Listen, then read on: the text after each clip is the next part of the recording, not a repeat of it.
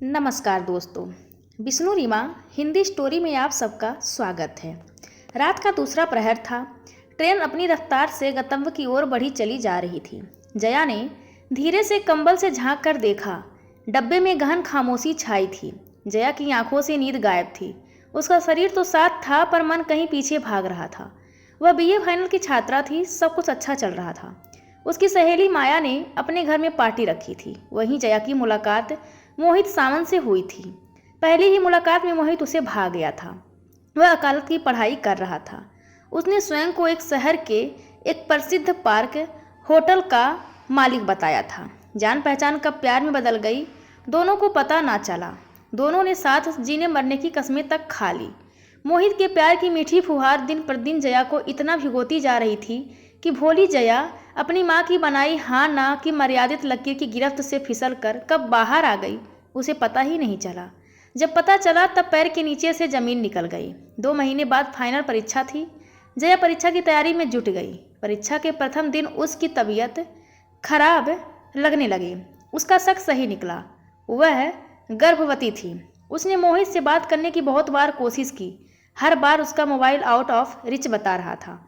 दूसरी परीक्षा देने के बाद जया सीधे पार्क होटल पहुंची। वहां किसी ने भी मोहित को नहीं पहचाना। जया समझ गई उसके साथ धोखा हुआ है। जया भारी मन से घर लौट आई। अच्छी तरह से ठगी गई है, इसका एहसास अब उसे हो गया था। मोबाइल का लगातार ना लगना ही संदेह की पुष्टि कर रहा था। अपने अलहड़पन के गलत मोहपास ने उसे कहीं का ना रखा। वह चुपचाप कमरे में बैठी थी। कलावती ने आकर बत्ती जलाई।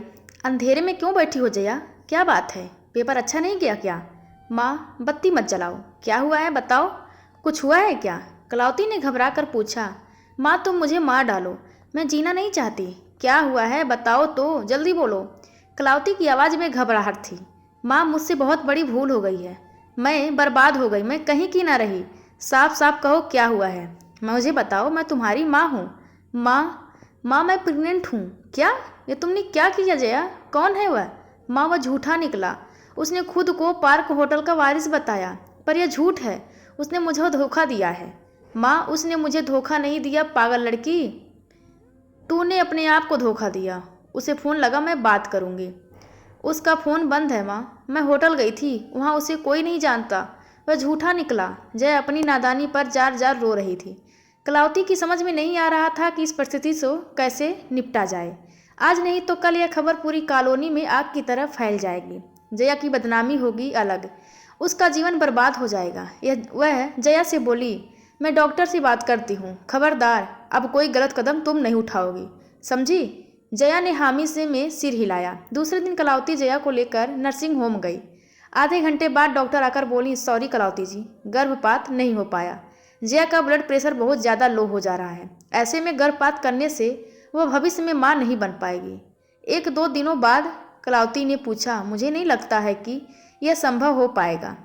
अगर फिर भी वही प्रॉब्लम हुई तब रिस्क बढ़ जाएगा। घर आकर कलावती लगातार फ़ोन पर लगी रही। उसने जया से कहा, अपना सारा सामान बांध लो, हम लोग परसों कलकत्ता जा रहे हैं। कलकत्ता में मेरी सहेली पायल बोस है, वह महिला उत्थान समिति की प्रबंधक है। तुमको उसी के पास वहीं रहना है। हम आते जाते रहेंगे। माँ, तुम हमसे बहुत नाराज़ हो ना, इसीलिए मुझे खुद से अलग कर रही हो? खुद से अलग नहीं कर रही हूँ, तुम मेरी बेटी हो। तुमको हम अपने से अलग कैसे कर सकते हैं बेटा? तुम्हारे पापा के नहीं रहने के बाद हम तुमको देखकर ही जी पाए हैं। यहाँ रहना अब ठीक नहीं होगा। मेरी नौकरी बस 3 साल और है। सेवानिवृत्ति के बाद हम भी वहीं आकर साथ रहेंगे। कलकत्ता पहुंचकर समिति की प्रबंधक पायल बोस से मिली। 2 दिन रहकर कलावती वापस घर पटना लौट आई। उसे जया के बिना घर बहुत वीरान लग रहा था। आते समय जया का क्रंदन भी उसके मन को कचोट रहा था, पर वह परिस्थितियों के कारण मजबूर थी। कलावती ने सभी को बताया जया परीक्षा के बाद अपने मामा के यहाँ गई है। जया 9वीं कक्षा में थी जब उसके पिता दुनिया छोड़ गए। पति पत्नी एक ही स्कूल में टीचर थे। पति के नहीं रहने के बाद 4 कमरे में फैल कर रहने वाली कलावती ने उसमें किराया लगा दिया और खुद ऊपर बने 2 कमरे और हॉल में आ गई। उससे अकेलेपन का भय कुछ हद तक मिट चला था और थोड़े पैसे भी आ गए थे। परिस्थितियों के बदलने से उसे जया की भलाई के लिए अपने दिल पर पत्थर रखकर यह फैसला लेना पड़ा। जया का मन भी अस्तब्ध था। अनजाने में की गई एक भूल ने उसके जीवन को ऐसे मोड़ पर लाकर खड़ा कर दिया था जहां से निकलने का रास्ता उसे नजर नहीं आ रहा था। कलकत्ता में समिति में रहने वाली पीड़ित महिलाओं के आत्मविश्वास को बढ़ाने के लिए उनकी शिक्षा व योग्यता के आधार पर उपयोगी कक्षाओं का संचालन होता था। समिति में रहने वाली हर महिला का किसी न किसी संस्था में नामांकन जरूर था, ताकि भविष्य में वह आत्मनिर्भर रह सके। निसंतान पायल जया को अपनी बेटी की तरह प्यार करने लगी। उसका हर संभव प्रयास थे कि वह जया के खंडित मन को वह फिर से जीवित कर सके। गर्मी की छुट्टियों में जब कलावती आई तब जया के पेट का उभार साफ दिखने लगा था। उसे जया के बढ़ते मनोबल को देखकर बहुत संतोष हुआ कि उसका निर्णय सही था। छुट्टियां बिताकर वह वापस चली गई। नियत समय पर जया ने एक स्वस्थ और सुंदर बेटे को जन्म दिया। प्रसूति गृह से अपने कमरे में आने पर जया लगातार अपने बच्चों को देखने की जिद करने लगी थी।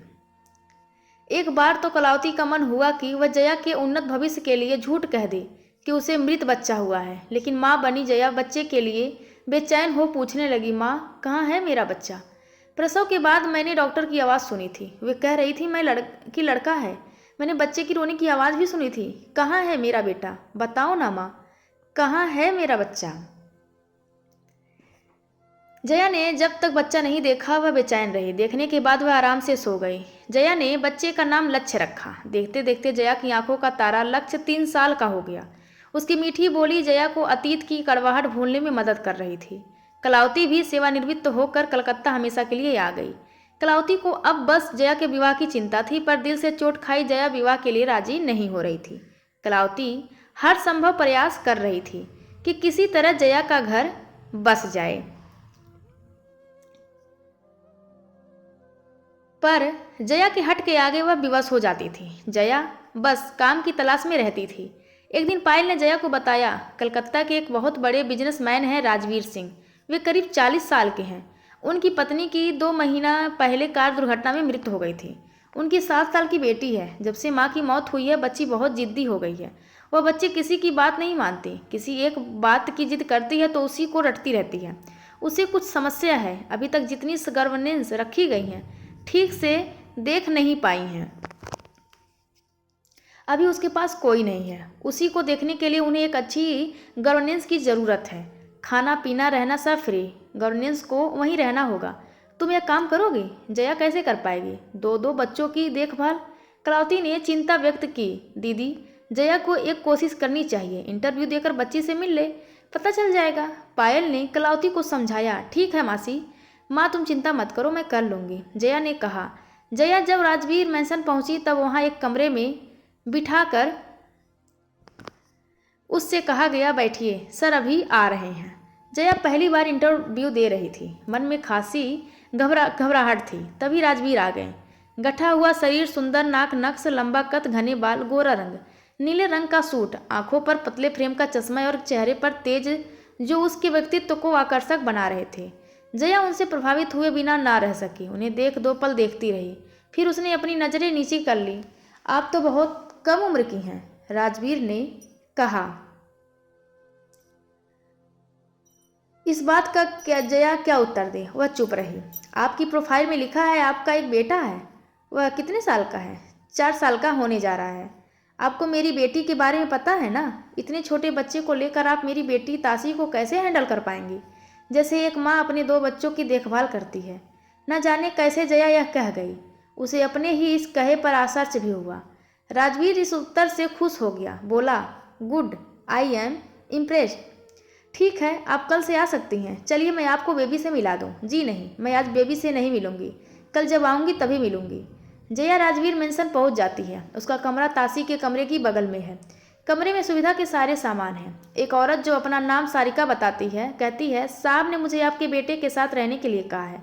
बगल के कमरे में से लगातार एक बच्ची के चिल्लाने की आवाज़ आ रही है। नहीं नहीं नहीं, खाना है मुझे, मैं कुछ भी नहीं खाऊंगी।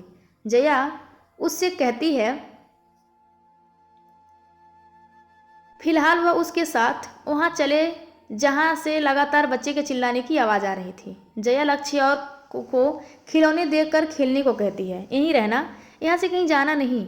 वह सारिका के साथ तासी के कमरे में आती है। कमरे में उसके पापा राजवीर भी बार बार तासी को ब्रेकफास्ट खिलाने की कोशिश कर रहे थे। जया ने उनका अभिवादन किया। उन्होंने जया की ओर देखकर इशारे से ताशी को देखने को कहा। उस दृष्टि में आग्रह के अंदर करुण याचना थी। जया ध्यान से बच्ची को देखने लगी। 7 साल की दुबली, गोरी सी और पतली सी, छोटे बालों वाली प्यारी सी लड़की ब्रेकफास्ट ना करने को कह रही थी। लगभग आधा दर्जन नौकरानियां बार बार आकर उससे खाने को कह रही थी। जितनी बार उससे खाने को कहा जाता उतनी बार वह ना करके देती थी। राजवीर ने दोबारा जैसे फिर कहना चाहा, जया ने इशारे से मना कर दिया।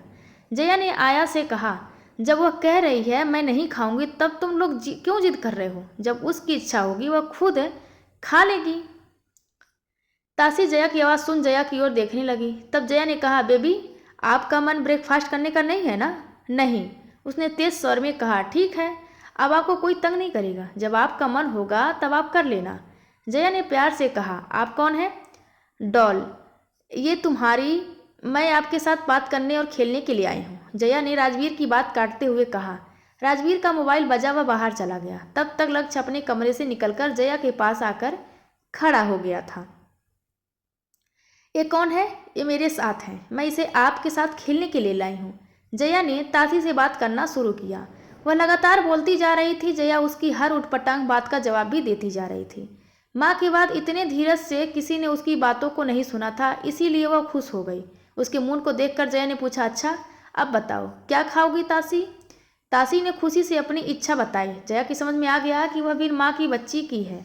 उस बच्ची के दिल की बात समझने वाला कोई नहीं है। घर का हर एक व्यक्ति उससे के साथ बस अपना कर्तव्य निभाता है। पिता की समझ में भी ज़्यादा कुछ नहीं आता है, या हो सकता है उनकी पत्नी ने उन्हें कभी इन सभी चीज़ों से में ज़्यादा ना घसीटा हो। बेबी अगर एक बार मना करती है फिर एक दर्जन, घर के दर्जनों नौकर उसे उसी काम की जिद करने लगते हैं। इससे वह चिढ़ जाती है। उसे प्यार और ममता की ज़रूरत है, और बिना ज़रूरत का प्यार और ममता सिर्फ एक माँ दे सकती थी। जया को माँ की याद आती है। उसके कारण उसकी माँ को लज्जित होना पड़ा। जया का मन ग्लानि से भर जाता है। वह ठान लेती है इस बच्चे की मदद वह जरूर करेगी। समय के साथ ताशी धीरे धीरे जया से बहुत घुलने मिलने लगती है। ताशी के कारण जया राजवीर से भी थोड़ा खुलने लगी थी। वह हंसमुख और स्पष्ट वक्ता है। ताशी बीमारी में बिस्तर गीला करने लगी थी, इसी कारण वह अपने पिता से अलग सो रही थी। दुष्प्रभाव का यह भी एक बड़ा कारण था। जैसे तैसे ताशी ठीक हो रही थी। सारी गलत चीजें अपने आप हटती जा रही थी। राजवीर के स्टाफ थोड़े जिद्दी एवं हटी लगे। मना करने के बावजूद ताशी की निजी आया सरोज की रसोई में लगा देते थे। सरोज ताशी के साथ खूब घुली और ताशी उससे ही काम करवाना पसंद करती थी। जया के मना करने पर भी जब वे बाज नहीं आए तब जया को लगा इस विषय पर राजवीर से ही बात करनी होगी। उसने इंटरकॉम में राजवीर के पर्सनल नंबर से बताया बात करनी है। राजवीर ने कहा कि वह उनका स्टडी रूम में इंतजार करे। जया सारिका की सहायता से स्टडी रूम में पहुंचकर राजवीर का इंतजार करने लगी। कमरे में शीशे की अलमारियों में किताबें सजी थी। राजवीर परिवार को पढ़ने का शौक है। बहुत देर इंतजार करने के बाद जब राजवीर नहीं आए तब उसे गुस्सा आने लगा। बड़े लोग पैसे कमाने में इतने व्यस्त रहते हैं, इन्हें अपने बच्चे की भी फिक्र नहीं होती है। मैं उनकी बच्ची के बारे में बात करने आई हूँ, पर इनका ध्यान तो पैसा कमाने पर है। वह गुस्से से उठ खड़ी हुई। उसने गुस्से से कुर्सी पीछे ढकेला और मुड़ी। उसे पता भी न चला कि कब उसका पैर बुरी तरह मुड़ गया। वह गिरने वाली थी कि किसी की मजबूत बाहों ने उसे थाम लिया। उसने संभालने को वाले को देखने के लिए अपना चेहरा घुमाया। उसका चेहरा बिल्कुल राजवीर के चेहरे के सामने था। राजवीर का एक हाथ अभी भी जया की कमर पर था। जया ने पास में रखी कुर्सी की मुठ पकड़ी और उठने की कोशिश करने लगी। राजवीर ने उठने में हल्का सहारा दिया। जया का गोरा चेहरा गुस्से से और लाल हो रहा था। राजवीर ने कहा, सॉरी देर हो गई। एक्चुअली अभी मेरे एक स्टाफ के पिता की डेथ हो गई। बॉडी को हॉस्पिटल से घर लाने का इंतजाम करने में थोड़ा देरी हो गई है। हाँ बोलिए, क्या काम है? जया का हृदय लज्जा से भर गया। वह अपनी गंदी सोच पर शर्मिंदा थी। उसने राजवीर से ताशी की समस्याओं के बारे में कुछ पूछताछ की और कहा अब बेबी की जिम्मेदारी उसकी है, उसे अपनी तरह से संभालने की स्वतंत्रता दे दिया जाए और सारे स्टाफ को ताशी से संबंधित उसका निर्णय मानना होगा। जया को पैर में चोट लगी थी, उसे दर्द हो रहा था। वह उठी और जाने लगे। उसे चलने में तकलीफ हो रही थी। तभी राजवीर ने कहा, जया रुको, तुम्हारे पैर में चोट आई है, तुम ठीक से चल भी नहीं पा रही हो। मैं ठीक हूँ, चली जाऊँगी। जया के स्वर में दर्द था। शट अप जया, मैं जो कह रहा हूँ सुनो। उसने जया को कुर्सी दिया और बोला बैठो। जया चुपचाप बैठ गई। जिस पैर में चोट लगी है उसे आगे करो। जया ने चोट लगे पैर को झट से पीछे कर लिया। राजवीर घुटनों के बल नीचे बैठ चुका था। जया अभी भी संकोचवश चुप थी। राजवीर ने उसके पीछे रखे पैर को खींच कर आगे कर लिया और बोला पैर ढीला करो, टाइट मत करना। उसने एड़ी को लेकर 2-3 बार गोल गोल घुमाया और जोर से खींचा। जया की चीख निकल गई और आंखों में आंसू आ गए। उसका जी चाहा इस आदमी को एक जोरदार थप्पड़ रसीद कर दे। इतनी जोर से दर्द करा दिया। वह उठकर जाने लगी। उसने राजवीर को देखना चाहा पर वह वहाँ नहीं था। शायद वॉशरूम में हाथ धोने गया था। जया धीमे कदमों से अपने कमरे में आ गई। अब उसे आराम आ गया था। राजवीर का व्यक्तित्व तो उसे प्रभावित करने लगा था। राजवीर भी जया से बात करने का मौका चूकने ना देता था। जया के आए काफ़ी दिन हो गए थे, परिस्थितियाँ बदल रही थी। राजवीर और जया तासी के कारण एक दूसरे को काफ़ी जानने लगे थे। तासी भी अब काफ़ी हद तक ठीक हो चली थी। उसने बिस्तर गीला करना छोड़ दिया। जया से उसकी अच्छी बनने लगी थी। जया जो भी कहती वह झट से मान जाती। राजवीर अपनी बेटी की सुधरती हालत से खुश था। उसे जया की देखभाल भर भरोसा होने लगा था। वह अपने पापा के साथ सोने लगी थी। रात को जया उसे कहानी सुनाने जाती थी। कहानी सुनते समय वह जया के गले में बाहें डाल देती। जया धीरे धीरे उसके बाल सहलाती और वह सो जाती। जया ने गौर किया कि जब वह तासी को कहानी सुनाती, राजवीर एक बार कमरे में जरूर आता और दोनों को देख वापस चला जाता। जया को राजवीर की इस आदत से प्यार होने लगा था। जिस दिन वह देर करता वह परेशान हो जाती। उसे राजवीर के आने का इंतजार रहने लगा। एक दिन तासी ने कहा कि उसे पिंक फ्रॉक वाली फ्रॉक पहननी है। फ्रील वाली फ्रॉक थी पर पिंक कलर की नहीं थी। बहुत खोजी गई, नहीं मिली। पता चला तासी ने दुर्घटना के समय पहनी थी जो फट चुकी है। जया ने कहा कोई बात नहीं बेबी, हम शाम को मॉल में चलेंगे और आपके लिए खूब सारी फ्रील वाली फ्रॉक लाएंगे। तासी सुनकर बहुत खुश थी। बहुत दिनों के बाद वह मॉल जा रही थी। उसने पापा को बताया, पापा खाना खाने के बाद मैं आंटी और लक्ष्य मॉल जा रहे हैं शॉपिंग करने। अच्छा, बहुत अच्छी बात है, लेकिन शाम को बहुत भीड़ हो जाएगी डॉल। कह कर कल सुबह ब्रेकफास्ट के बाद चली जाना। ठीक है पापा, तासी ने खुश होकर कहा। राजवीर ने कहा चलो मैं भी चलता हूँ तुम लोगों के साथ। तासी ने अपने हाथों को घुमाकर कहा यो पापा। लक्ष्य ने भी तासी की देखा देखी नकल कर दी। जया और राजवीर की नज़रें मिली। जया ने नज़रें नीची कर ली। राजवीर के चेहरे पर मुस्कान थी। जया बोली बेबी, जब आपके पापा जा रहे हैं तब मैं रुक जाती हूँ। नहीं आंटी, आप भी चलिए, आपको चलना होगा। तासी जिद करने लगी। बेबी पापा तो जा रहे हैं ना। पापा नहीं जा रहे हैं, राजवीर बोलकर चुपचाप चला गया। उसके स्वर से जया को लग गया कि राजवीर बुरा मान गया है। जया ने तासी को समझाया हम सब साथ चलेंगे। दूसरे दिन ब्रेकफास्ट के बाद बच्चों को तैयार कर वह खुद तैयार होने गई। उसे राजवीर की नाराजगी से कहे स्वर रोमांचित कर रहे थे। पापा नहीं जा रहे हैं कहकर जिस दृष्टि से राजवीर ने उसे देखा, उस दृष्टि से प्यार भरी शिकायत दिख रही थी। आज उसे अचानक से मौसम खुशगवार सा लगने लगा। उसका मन अच्छे से तैयार होने का होने लगा। तैयार होकर उसने इंटरकॉम पर फ़ोन मिलाया। उसका दिल जोर से धड़क रहा था। फ़ोन लेकर वह थोड़ी देर चुप रही। राजवीर ने कहा जया बोलो, मैं सुन रहा हूँ। हम सब तैयार होकर आपका इंतज़ार कर रहे हैं। मैं नहीं जाऊँगा। तब हम सब भी नहीं जा रहे हैं, जया ने धीरे से कहा। वह पल भर रुक कर बोला ठीक है, मैं आ रहा हूँ। जया बच्चों को लेकर कॉरिडोर में खड़ी थी। ड्राइवर गाड़ी ले आया। बच्चे कूद कर उसमें बैठ गए। ड्राइवर बाहर निकल गया। वह समझ गई राजवीर गाड़ी चलाएगा। वह चुपचाप आगे की सीट पर बैठ गई।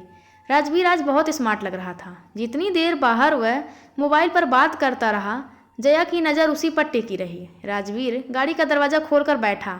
उसने जया को देखा। उसे देखकर वह चौंक गया। उसने फिर जया को देखा।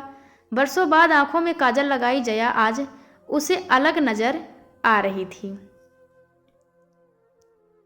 पीछे एक बार बच्चों को देखते हुए उसने फिर जया को देखा और गाड़ी स्टार्ट की। मॉल में तासी को कपड़ा, लक्ष्य का ड्रेस खरीदा गया। दोनों के लिए खिलौने भी लिए गए। राजवीर शर्ट की शॉप पर रुककर शर्ट देखने लगा। उसने शर्ट पसंद की और बिल बनाने को कहा। जया ने शर्ट पर लगा धब्बा दिखाया। राजवीर ने दूसरी मांगी और मोबाइल पर बात करने लगा। राजवीर की मांगी शर्ट का वह कलर और नहीं था। जया ने एक दूसरे रंग की शर्ट हाथ में उठाया। तभी राजवीर आ गया। दुकानदार बोला सर, वह कलर नहीं है। मैडम ने उसकी जगह इसे रखा। राजवीर ने कहा ठीक है, जब मैडम ने कहा है तब यही फाइनल है, बिल बना दो। मैंने बस यह शर्ट पकड़ी थी, जया ने धीरे से कहा। राजवीर ने उसे देखा पर कुछ जवाब नहीं दिया। ठीक उसके सामने हैंडलूम साड़ियों की दुकान थी। जया ने उसे देखे जा रही थी जिसे राजवीर ने देख लिया था। वह उस साड़ी की दुकान की ओर बढ़ा। जया समझ गया, इसीलिए वह धीरे धीरे चल रही थी। नहीं, मुझे साड़ी नहीं चाहिए। वह दुकान में घुसने को तैयार नहीं हो रही थी। जया, स्वाभिमानी होना अच्छी बात है, पर जब स्वाभिमान अहंकार बन जाता है तब वह अशोभनीय हो जाता है। राजवीर के इस कथन पर निरंतर हो जया चुपचाप साड़ी के दुकान में घुसी। बच्चे भी बैठ चुके थे। वह उनकी बगल में बैठ गई। राजवीर जया के पास बैठ गया। किस मटेरियल में दिखाऊं? जया को साड़ियों का इतना ज्ञान नहीं था। जब तक वह सोच पाती, राजवीर ने कह दिया, ढाका सिल्क में दिखाइए। दुकानदार ने दिखाना शुरू किया। उसने पहले कम मूल्य की साड़ियों को दिखाना शुरू किया। उसने पहले एक दिखाया। राजवीर ने कहा थोड़ा बेटर। उसने महंगी साड़ियों को दिखाना शुरू किया। जया चुपचाप देख रही थी। राजवीर ने 11,000 रुपये की साड़ी पसंद कर ली। जया ने सबसे नीचे रखी कम मूल्य की साड़ी को पकड़ा और कहा, इसे। राजवीर ने उसका हाथ पकड़कर धीरे से दबाकर कहा, बस, और अपनी आंखों से कहने की कोशिश की, बहुत हुआ, अब चुप रहो। जया राजवीर के इस व्यवहार से सिहर उठी। उसके मुंह से एक शब्द भी ना निकला। तासी ने पापा से कहा, पापा मुझे भूख लगी है। सब मॉल के रेस्टोरेंट में बैठ गए। राजवीर ने सूप मंगाया। सब पी रहे थे। अचानक राजवीर को सूप सरक गया। वह खांसने लगा। जया उठी और राजवीर की पीठ सहलाने लगी। राजवीर लगातार खांस रहा था। अब वह कांपने लगा था। उसने जया का हाथ जोर से पकड़ लिया। जया ने अपना हाथ छुड़ाने की कोशिश नहीं की। खाना खाकर सब वापस घर आए। जया राजवीर के प्रति अपने आकर्षक को महसूस करने लगी थी। राजवीर की बातें, उसके ध्यान रखने का अंदाज, सब उसे उसके करीब आने पर विवश कर रहा था। उसे रात की बात याद आ गई। वह तासी को कहानी सुना रही थी। राजवीर आया। इस बार वह अंदर आया और तासी के पास बैठकर बोला, जया, तुमने जो मेरी बेटी के लिए किया उसके लिए मैं तुम्हारा हमेशा एहसानमंद रहूँगा। यह एक छोटा सा उपहार कल पूर्णिमा के कार्यक्रम में तुम साड़ी के साथ पहनोगी, मुझे खुशी होगी। जया ने देखा, उसमें एक सुंदर सा गले का छोटा नेकलेस और वैसा ही छोटा सा कान का था। जया को उसका उपहार देना बहुत ही ज़्यादा अच्छा लग रहा था और अच्छा नहीं लगा। वह तुरंत स्टडी रूम में गई जहां राजवीर था। जया कुछ कहते उसके पहले वह बोल उठा, लाओ वापस दे दो। लौटाने आई हो ना, कर दो वापस। जया चौंक गई। इन्हें मेरी बात कैसे पता चली? उसने झट से सेट पीछे छिपा लिया। बोली, नहीं, मैं लौटाने नहीं आई हूँ, मैं तो थैंक्स कहने आई हूँ। सुंदर सेट है। यूर वेलकम, राजवीर ने गंभीरता से कहा। जया चुपचाप चली आई। उसने सोच लिया उसका यहाँ काम खत्म हो गया है। उसे अब यहाँ से निकल जाना चाहिए। उसे इस मोहपास के बंधन से दूर चली जाना चाहिए। उसके लिए उसका बेटा लक्ष्य बस उसका मोहपास रहेगा। राजवीर जैसे देवपुरुष के जीवन में वह अपने कलंकित जीवन का साया नहीं पड़ने देगी। उसने निश्चय कर लिया, वह कल पार्टी के बाद अपना इस्तीफा दे देगी। राजवीर मेंशन में पूर्णिमा के दिन विशेष कार्यक्रम होता था। कार्यक्रम के बाद लंच लेने के उपरांत जया ने अपना इस्तीफा लिखकर ऑफिस में पहुंचा दिया। पूरे दिन वह राजवीर के सामने आने से बचती रही। जब भी उसकी आवाज़ सुनती, झट अपने कमरे में चली जाती। रात में वह खाना खाने को पहुंची। तब राजवीर के नौकर ने बताया, साहब ने खाना नहीं खाया, छत पर जाकर बैठे हैं, किसी को भी वहां आने को मना किया है। उसने सारिका से दोनों बच्चों को देखते रहने को कहा और छत पर चली गई। वह जाकर राजवीर के पास जाकर खड़ी हो गई। राजवीर आराम कुर्सी पर आंखें बंद किए चुपचाप गहन सोच की मुद्रा में बैठा था। आहट होने पर उसने आंखें खोलकर देखा और फिर अपनी आंखें बंद कर ली, मानो उसे पता था जरूर आएगी। जया ने पूछा, आपने खाना क्यों नहीं खाया? राजवीर बोला, भूख नहीं है। तुम सब जानती हो जया, फिर क्यों पूछ रही हो? देखिए, मैं जिस काम के लिए आई थी वह पूरा हो गया है। तासी अब बिल्कुल ठीक है। आप उसे अब स्कूल में डालने वाले हैं। सच पूछिए तो अब बेबी को गवर्नेंस की नहीं, एक माँ की ज़रूरत है। तुमसे अच्छी माँ उसे कहाँ मिलेगी? मेरे बारे में आप नहीं जानते हैं। मेरा आंचल मैला है, इसमें मेरे अतीत के काले गद्दे हैं, गंदे धब्बे हैं। मैं अपने प्यार से उन धब्बों को धो दूंगा जया। मैं एक कुंवारी माँ हूँ। मैं अपने नाम के सिंदूर से तुम्हें सुहागन बना दूंगा। आप नहीं जानते हैं मैं आपकी कितनी ज़्यादा इज्जत करती हूँ, आप मेरी कितनी श्रद्धा हैं। मैं आपके लायक नहीं हूँ। जया रोते हुए राजवीर के पैरों पर गिर पड़ी। किसने कहा तुम मेरे लायक नहीं हो? देखो, वह पूनम का चांद मुस्कुराता कह रहा है, तुम्हारी जगह वहाँ नहीं यहाँ है। राजवीर ने जया को उठाकर अपने सीने से लगा लिया। जया राजवीर में सिमट कर सिसक उठी। आखिर राजवीर के मोहपास के बंधन में वह बंध गई। तो दोस्तों, यह कहानी आप सभी को कैसी लगी, कृपया कमेंट करके ज़रूर बताएं और चैनल को लाइक शेयर और सब्सक्राइब करना बिल्कुल ना भूलें। धन्यवाद आप सबका।